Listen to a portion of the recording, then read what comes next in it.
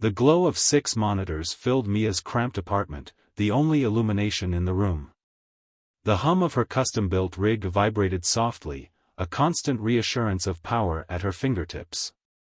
Outside, rain streaked the windows, blurring the neon signs of the bustling city below. It was late, too late, but Mia wasn't ready to stop. Her fingers danced across the mechanical keyboard. A kaleidoscope of code streamed down the screens as she tested her new algorithm, meant to breach high-security servers without leaving a trace. She had no particular target tonight, just practice, just a challenge. Until she stumbled across it. The server was heavily encrypted, layers of firewalls folded over one another like a digital fortress. Mia felt her pulse quicken. Whoever built this had resources, and she loved nothing more than unraveling puzzles others deemed impossible. Just a peek, she muttered, sliding her chair closer. It took longer than usual, 15 minutes of meticulous work, but the fortress gave way to a cavern of files. She skimmed through them, curiosity morphing into unease.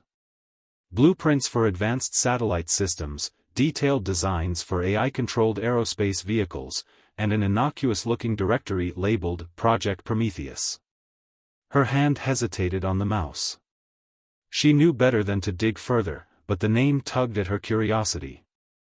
Clicking on it opened a single file, a text document filled with financial transactions, meeting records, and personal notes referencing influential figures, including the Musk family. Her breath caught. This isn't right. A sharp beep interrupted her. Mia's screen flickered, the familiar buzz of her VPN connection failing sending a shiver down her spine. A warning flashed in bold red letters, connection compromised. Disconnect immediately. Mia ripped the Ethernet cable out and leaned back in her chair, heart hammering. She stared at the screen, now blank except for her reflection. For the first time in years, she felt like she'd gone too far. Outside, the rain stopped, leaving the world eerily quiet. The morning arrived with a dull gray sky, casting an oppressive light into Mia's apartment. She hadn't slept. Her mind replayed the events of the previous night over and over. Who owned that server? What was Project Prometheus? And, most importantly, how much trouble was she in? Pulling back the curtain, she peered outside. That's when she saw it. A sleek black SUV idled on the curb. Its tinted windows reflected the faint drizzle still falling from the sky. Mia's stomach sank. It could have been anyone, sure, but no one parked in this part of the city for hours without a reason. Her phone vibrated on the desk. A single notification: "You're being reckless. Walk away now." Her hands trembled as she deleted the message. The number was untraceable. She paced the small space, weighing her options. Was it paranoia, or were they already watching her? By the afternoon, the SUV was gone, but the unease lingered. The warning replayed in her mind as she went through her day. The files, the encryption, the breach, it all felt too deliberate, like a trap she'd wandered into without realizing it. That evening, she powered on her rig, carefully avoiding any connections to the internet. She pulled up a flash drive where she'd saved fragments of the data she'd extracted. The numbers blurred together, and her focus faltered. A knock at the door snapped her head up. She froze, staring at the dark wood as if it might burst open at any second. 3 seconds passed. Then 5. Nothing. She crept to the peephole. No one was there. When she finally opened the door, all she found was an unmarked envelope. Inside was a single piece of paper. Last chance. Mia knew she couldn't handle this alone. After hours of deliberation, she found herself in a dingy cafe on the other side of the city. The coffee was terrible, and the place smelled of stale grease, but it didn't matter. She needed Baron. He arrived 20 minutes late, his worn leather jacket and graying hair a reminder of a world Mia had only heard about in whispers. Baron was a legend, a hacker whose exploits had reshaped industries and left government agencies red-faced. "Should have known you'd find trouble," he said with a smirk as he slid into the booth across from her. "It's not just trouble," Mia replied, pushing her laptop toward him. "I found something big." Baron's eyes narrowed as he scanned the files. His expression shifted from mild interest to deep concern, then to something approaching fear. He leaned back, running a hand through his hair. "Where did you get this?" he asked, his tone low and urgent. "I stumbled on it while running some tests," Mia admitted. "I didn't mean to, but now they're watching me. I don't know who they are, but—" "Stop," Baron interrupted. "You shouldn't have brought this to me." Mia blinked. "You're the only person I trust." "Yeah, and that's exactly why I'm telling you this. Whoever these people are, they're not just suits with lawyers. They'll erase you if they think you're a threat." He sighed heavily, his gaze falling to the screen. "But, damn it, you're already in too deep." Baron pulled out a portable drive and began copying files. "If we're going to dig, we need to be smarter than them. This isn't just some corporate mess. These people have real power. Musk family power. You get me?" Mia nodded, her chest tight with anxiety. "Good," he said. "Then let's find out what they don't want you to see." They spent hours hunched over the screen, piecing together fragments of the encrypted files. Baron's expertise combined with Mia's instincts uncovered more than either of them expected. The more they found, the more Mia's unease grew. Every answer led to more questions. Every step forward felt like stepping deeper into quicksand. Baron's workshop was a testament to his past, a chaotic maze of servers, monitors, and old hacking equipment, some of which hadn't been legal in years. Mia paced nervously as Baron sifted through the decrypted files, his fingers moving deftly across a keyboard that had seen better days. "You're saying this isn't just surveillance," Mia pressed. Baron nodded grimly. "It's control. This isn't about watching people, it's about shaping decisions. Governments, markets, even public opinion. Prometheus is a system to manipulate it all." Before Mia could respond, a faint sound reached her ears. It was subtle at first, like the distant hum of a machine, but it grew louder. She froze. "Baron, what's that?" He stopped typing, his face darkening as he heard it too. A split second later, the front door burst open, and black-clad operatives flooded the room, their movements precise and silent. "Run!" Baron yelled, grabbing a drive and shoving it into Mia's hand. Adrenaline surged through her veins as she bolted toward the back exit, ducking behind scattered equipment. A crash behind her signaled that Baron had engaged one of the intruders, giving her precious seconds to escape. She reached the alley and didn't stop running until her lungs burned. By the time she reached a safe distance, her mind was racing. Baron's workshop, the files, they were gone. And Baron. Her phone buzzed in her pocket. A message from an unknown number. He made his choice. So will you. The safe house was little more than a dingy motel room, but it was secure. Mia huddled on the bed, clutching the drive Baron had handed her. Her laptop glowed faintly as she dug into its contents.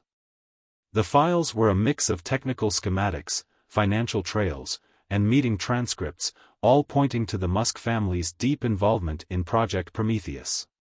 But what caught her attention most was a private memo buried in a folder marked, "Internal Only."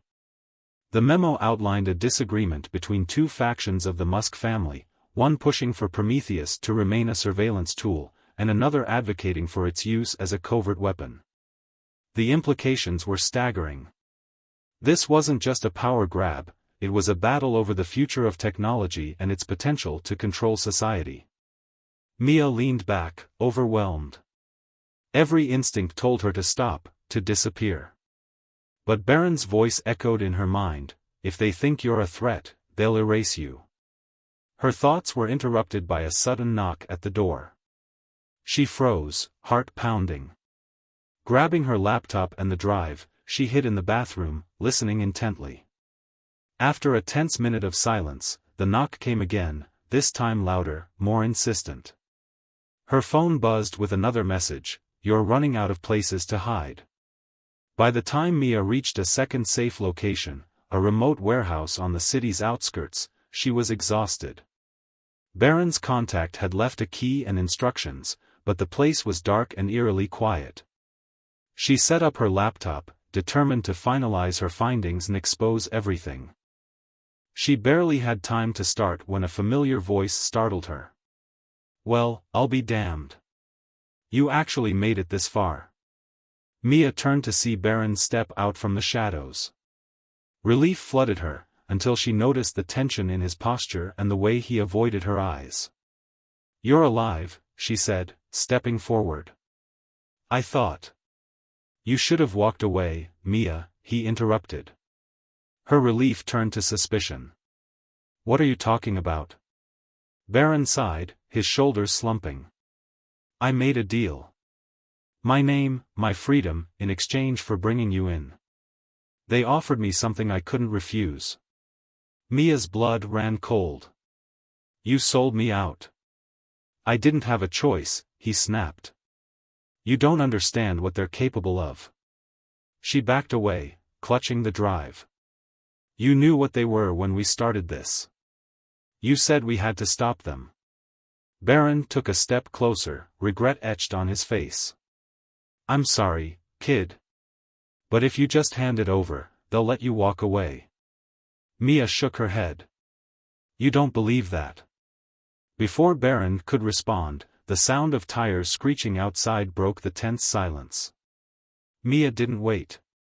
She grabbed her laptop and ran for the back door, adrenaline propelling her forward as shouts echoed behind her. She didn't stop running until she disappeared into the night, her trust shattered and the weight of betrayal heavy on her chest. The abandoned office building Mia had chosen as her temporary hideout was cold and lifeless. The only sound was the rhythmic clacking of her keyboard. The files Baron had betrayed her for were still intact, and she was determined to finish what they had started. Sweat trickled down her temple as she broke into the organization's mainframe. It was risky, stupidly so, but she didn't have many options left. The encrypted files pointed to one central hub, a digital fortress housing the core data of Project Prometheus. Her screen flickered as layers of security crumbled under her relentless assault. Finally, she was in. A treasure trove of information lay before her: plans, internal emails, evidence of blackmail, and a full dossier on key players in the Musk family. She hesitated for a moment. Exposing this would mean burning every bridge she had left. But then she remembered Baron's words: "They'll erase you if they think you're a threat." Her fingers flew across the keyboard, compiling the data and preparing it for a mass upload. That's when the alarm went off. A red warning blared across her screen: intrusion detected.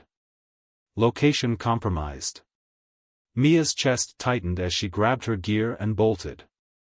Footsteps echoed in the stairwell, growing louder by the second. She managed to slip out through a service door, the files uploaded to a secure server just as she disappeared into the shadows. The trail led Mia to a state-of-the-art facility on the city's outskirts, hidden behind layers of security and shielded from public view. This was the heart of Project Prometheus. If she wanted to stop them, this was where she had to go.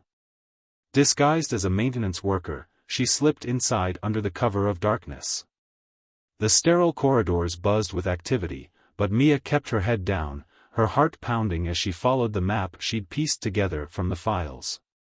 In the central control room, she found them: Baron, flanked by armed guards, and a tall man whose sharp features and air of authority identified him as Magnus Musk, the architect of Prometheus.